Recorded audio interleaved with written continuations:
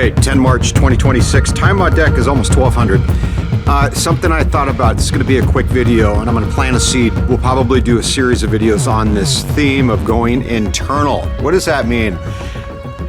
In basic terms, it's putting your own selfish needs before that of anything or anybody else.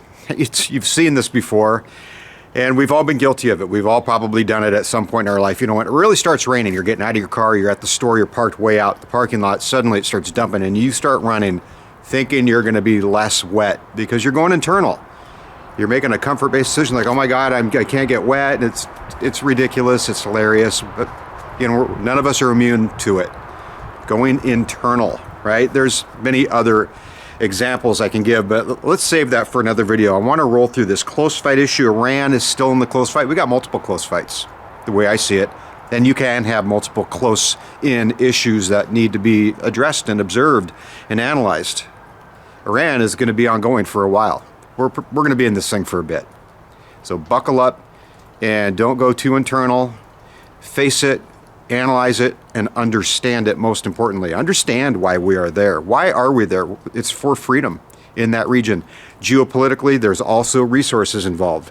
Oil, big oil reserves being controlled by a group within Iran that has an interest in making that a free nation, in direct contrast to what we're currently experiencing right now with the clerics. Okay, all right. So the other close fight issue, the United States media complex, they're constantly trying to undermine this president. They're constantly trying to sabotage his efforts. And they're constantly trying to mischaracterize everything that's going on in this world. It's that proverbial Plato's cave with the illusion of the shadow and your reality, right?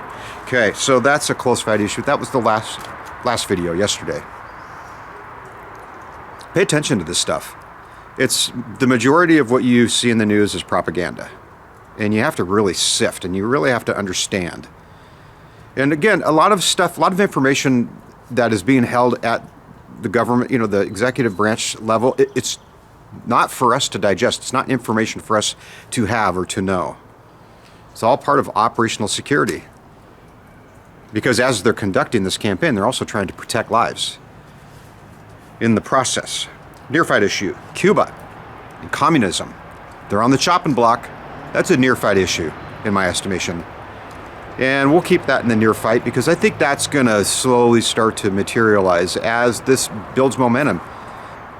People in Cuba, they have access mostly to outside news as much as they can get, as much as is allowed, or as much as they can, you know, get without the censors in Cuba withholding that information from them.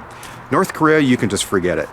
Things are so incredibly censored. That society is so tightly controlled. Those people have no idea what's going on in the outside world. You know, their dear leader is God in their eyes. They're going to be an issue. I think North Korea is going to be, at least in our lifetime, probably within the next few years, if I had to guess. That's purely just speculation on my part.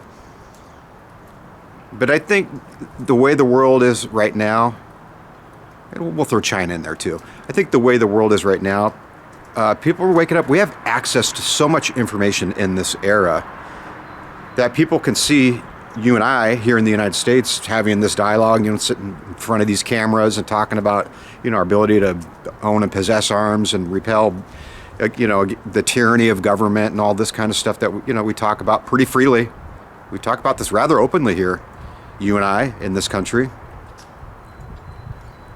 And people across the world see that. And they're like, man, I'd like some of that freedom. Why is it only just the United States that gets to live that free? Why can't I live that free? Cubans are probably thinking that. I'm sure there's people in China that probably think that, I would imagine.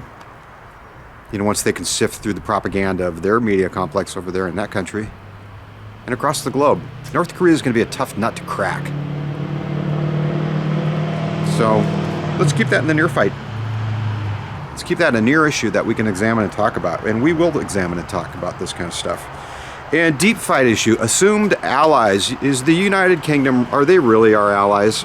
So looking at that deep fight issue, when you talk about our allies, like the United Kingdom, we assume they're our allies. But, you know, when the pressure really starts getting put on the rest of the world, when people see what the United States is truly capable of, you understand fairly quickly who our allies truly are, who truly supports us, and who just pays lip service. So let's keep an eye on that as a deep fight issue, because I don't think any of this is going to go away. And I think, the world's been basically put on notice that we're not going to tolerate this ongoing conflict in the Middle East. This Iran conflict we're finishing a fight that's been going on for the better part of 50 years.